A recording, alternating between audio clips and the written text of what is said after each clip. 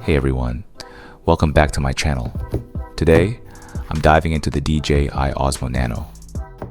This tiny thumb-sized camera just released a couple days ago, and I was super excited to get my hands on it for some unique POV shots. But after a few days of real-world use, there are some things I wish I knew before buying it. If you're eyeing this for its portability, stick around. I'll cover the good, the bad, and whether it's worth keeping. Hit that like button if you're into honest reviews, and let's jump in. First off, the Osmo Nano is incredibly portable and versatile. Its compact size is its biggest win. You can clip it anywhere for unique scenarios like pet POV videos or sneaky street shots. DJI basically shrunk the Action 5 Pro's camera into this little powerhouse, so the image quality and performance feel identical. Solid 4K footage with good stabilization in daylight. It's got tons of potential for creative filming without lugging around bigger gear. If you're all about that mini form factor, it's a blast. It's worth mentioning that when you attach the Nano camera to the Vision dock, the overall size is actually slightly bigger than a standard action camera. Okay, now on to the main points. The surprises after unboxing. These aren't deal breakers for everyone, but they caught me off guard a little bit as I haven't seen many reviewers mention these points. Let's break it down. First is overheating. I filmed in 4K at 60 frames per second indoors at room temperature around 21 degrees Celsius.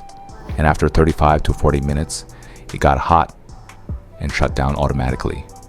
No issues outdoors in our current fall weather, but I'm concerned about hotter summer days at 30 degrees Celsius or above. To be fair, this only happened once in a few days of testing, but if you're doing long continuous recordings indoors, it could become a frequent frustration. I noticed other reviewers also have noted similar heat problems in warm conditions, so it's not just me.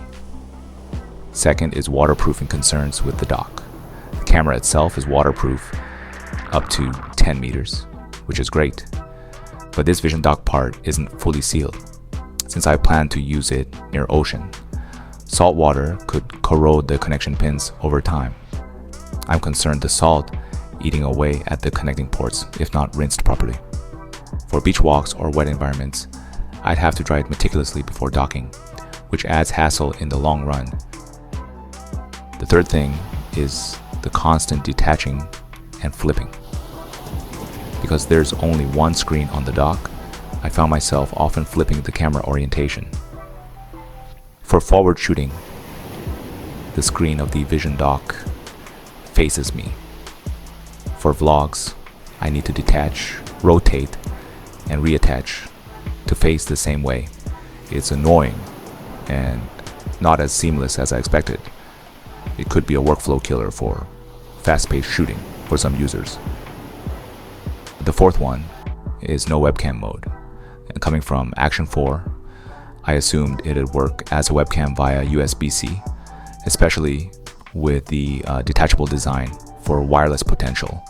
I thought it might be able to work as wireless webcam by detaching the camera module from the Vision dock and linking the Vision dock to the computer via a USB-C cable. Nope, it's not an option at all. That's disappointing and felt like a missed opportunity there. Fifth, low light performance. I knew it has the same sensor size as the Action 5 Pro, but I hoped better performance in dims with the newer sensor, especially with movement. It's okay in moderate low light with super night mode, but image quality get much worse when things get dynamic, like evening walks. Not ideal for low light condition use.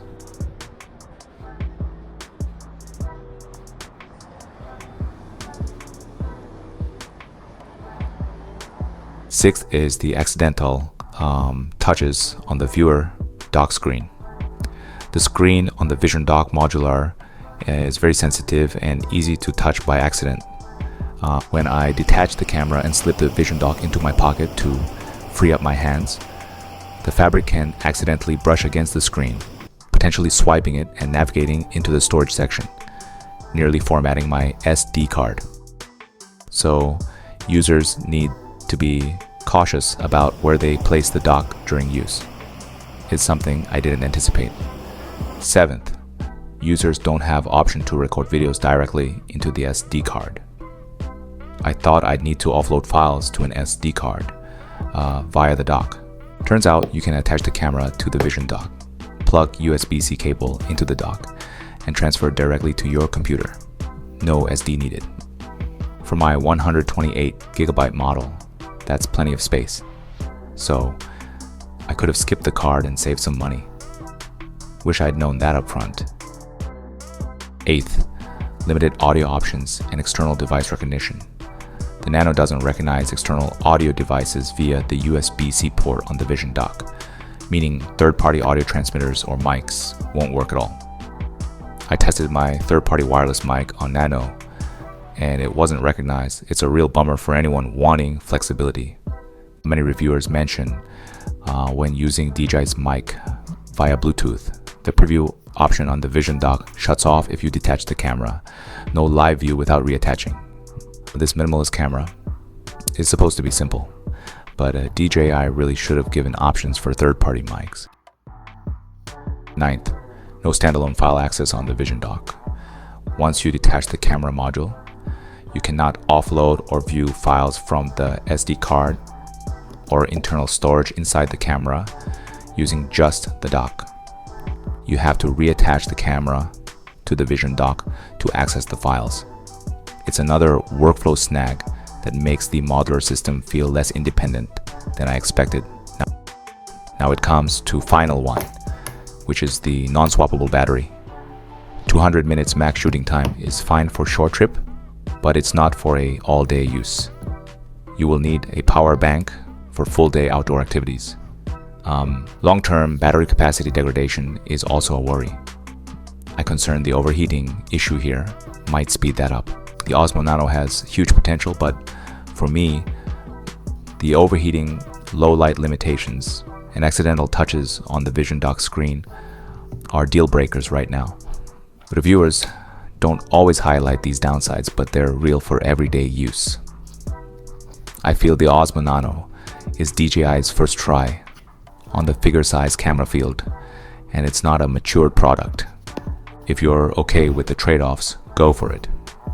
Otherwise, wait for the next generation of Nano, or you can stick with bigger action cameras. What do you think? Is Osmo Nano worth the hype? Drop a comment, subscribe for more reviews, and I'll see you next time.